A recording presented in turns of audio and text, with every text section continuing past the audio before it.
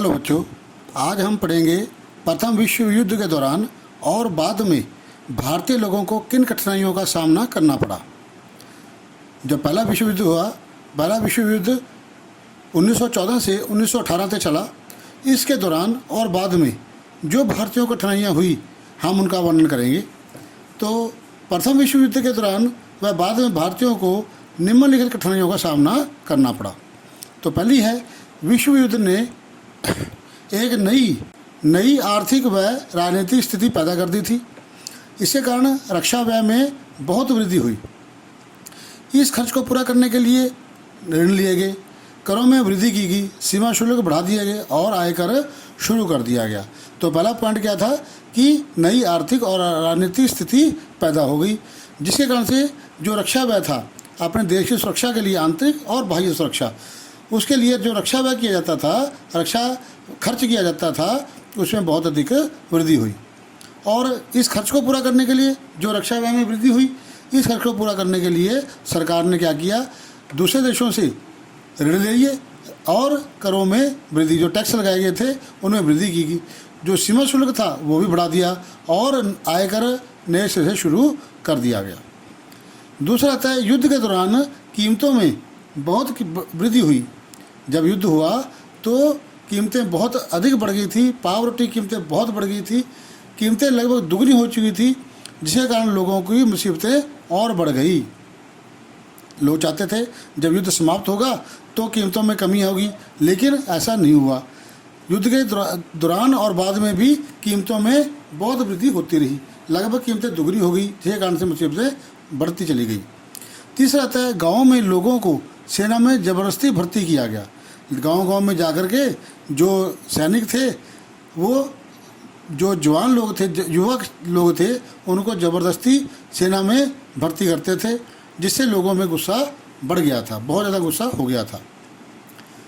1918 से 1919 और 1920 से 1921 में फसलें खराब हो गई, जिससे खाने की भारी कमी पड़ गई थी। पाँचवां आता है, खाने की कमी के कारण के साथ साथ देश में फ्लू की बीमारी फैल गई। जैसे वर्तमान में हमारे देश में कोरोना की बीमारी फैली हुई है, इसी प्रकार उस समय भी प्रथम विश्व युद्ध के बाद क्या हुआ, वो खाने की कमी हो गई और एक फ्लू नाम की बीमारी फैल गई, जिसके कारण से 120 से 130 लाख लोग मारे गए। लोगों को आशा थी कि युद्ध की समाप्ति होने के बाद उनकी मुश्किलें कम हो जाएंगी, परंतु ऐसा नहीं हुआ। उनकी मुसीबतें और बढ़ती चली गई। क्या क्या मुसीबतें बढ़ी गई, उन पर टैक्स लगा दिए गए, उन पर कीमतों में वृद्धि कर दी गई, सेना में लोगों को, जो जवान लोग थे, उनको भर्ती किया गया और खाने की कमी होगी, फसलें खराब होगी, ऊपर से बीमारी फैल गई। इस प्रकार से प्रथम युद्ध के दौरान और बाद में भारतीय लोगों को बहुत कठिनाइयों का सामना करना पड़ा।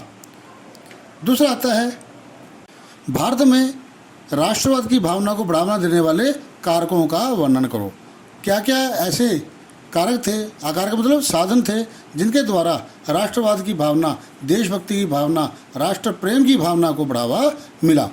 तो आज हम इस जो प्रश्न है उसमें यही बात डिस्कस करेंगे, यही बात वर्णन करेंगे कि राष्ट्रवाद की भावना को बढ़ाने के लिए कौन कौन से कारक थे। तो पहला था भारतीय लोक कथाओं का योगदान। जो भारतीय लोक कथाएँ थी वो लोगों को सुनाई जाती थी, ताकि उस समय के जो दृश्य थे वो लोगों को दिखे और वो अपने देश के प्रति सम्मान करने लगे। तो पहला था भारतीय लोक कथाओं का योगदान।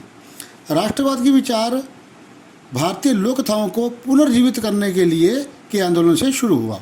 जो राष्ट्रवाद के विचार, भारतीय लोक कथाएँ, जो पहले परंपरागत लोक कथाएँ थी, वो लोगों के दिलों में राष्ट्रवाद की भावना को पैदा करने के लिए शुरू हुई। 19वीं सदी के अंत में राष्ट्रवादियों ने भाटों व चारणों, भाट और चारण कौन होते थे, जो लोक कथाओं को सुनाते थे, द्वारा गाई व सुनाई जाने वाली लोक कथाओं को लिखना शुरू कर दिया। उन्होंने भाटों ने और चारणों ने जो है वो क्या कर दिया, लोक कथाओं को लिखना शुरू कर दिया। लेखनी आ गई थी, मुद्रण संस्कृति चल पड़ी थी और लोगों में वो जाती थी और पढ़ते थे और अपने देश के बारे में विचार करते थे। वे लोकगीतों को इकट्ठा करने के लिए गांव-गांव में घूमने लगे उनका मानना था कि ये लोकगीत व कहानियाँ हमारी उन परंपरागत संस्कृतियों की सही तस्वीर प्रस्तुत करती हैं जो बाहरी ताकतों के प्रभाव से नष्ट हो चुकी हैं। मतलब उनका ये कहना था कि जो गीत हैं, कथाएं हैं, साहित्य है, वो सभी जो परंपरागत संस्कृति, जो हमारी पुरानी संस्कृति थी, उसकी सही तस्वीर प्रस्तुत करती हैं जो हमारी, जो बाहर से, मुग़लों से, चाहे वो अंग्रेज़ों से, चाहे वो किसी प्रकार से नष्ट हो चुकी थी। इसके लिए कई लोगों ने काम किया। नंबर 1, रविंद्रनाथ टैगोर भी लोक कथाओं व गीतों को इकट्ठा करने निकल पड़े। उन्होंने लोक परंपराओं को जीवित करने वाले आंदोलन का नेतृत्व किया। दूसरा आता है मद्रास में नटेशा शास्त्री ने तमिल लोक कथाओं का विशाल संकलन 4 खंडों में प्रकाशित किया। इसका नाम था the folklores of southern India. तो इस प्रकार से जो उस समय के महान व्यक्ति थे, जो उस समय के चारण और जो भाट थे, वो लोक कथाओं का, लोकगीतों का संकलन करते और उनको लोगों को गा गा कर सुनाया करते थे। दूसरा आता है चिन्हों व प्रतीकों का योगदान। जैसे जैसे राष्ट्रीय आंदोलन आगे बढ़ा, देश के बड़े बड़े नेताओं, लोगों को एकत्रित करने में और राष्ट्र भावना भरने के लिए चिन्हों व प्रतीकों के प्रति जागरूक होने लगे।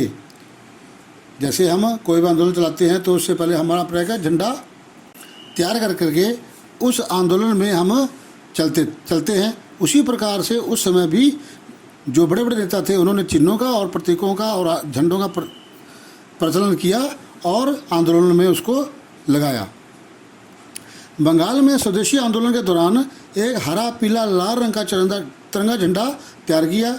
इसमें ब्रिटिश भारत के 8 प्रांतों का प्रतिनिधित्व करते कमल के 8 फूल और हिंदुओं के व मुसलमानों का अर्धचंद्र दर्शाया गया था। 1921 तक गांधी जी ने भी स्वराज का झंडा तैयार कर लिया था। यह भी सफ़ेद, हरा और लाल रंग का था, तिरंगा झंडा था। इसके मध्य में चरखे का निशान था। इस झंडे को आंदोलनों में व जलसों में अवज्ञा का प्रतीक मानकर चलाया जाता था। और तीसरा आता है इतिहास की पुनर्व्याख्या। यह भी एक राष्ट्रवाद की भावना पैदा करने का एक साधन था। 19वीं सदी के अंत तक बहुत से भारतीय इस बात को महसूस करने लगे थे कि राष्ट्र के प्रति गर्व का भाव जगाने के लिए भारतीय इतिहास को अलग ढंग से पढ़ाया जाना चाहिए। अंग्रेज भारतीयों को पिछड़ा मानते थे। वे समझते थे कि भारतीय अपना शासन संभाल नहीं सकते। इसके उत्तर में भारत के लोग अपने इतिहास में अपनी उपलब्धियों खोजने लगे थे। उन्होंने भारतवर्ष का गौरवमय इतिहास लिखना आरंभ कर दिया। उस समय भारत देश में कला और साहित्य, विज्ञान और गणित, धर्म और संस्कृति, कानून और दर्शन, हस्तकला और व्यापार फल फूल रहे थे।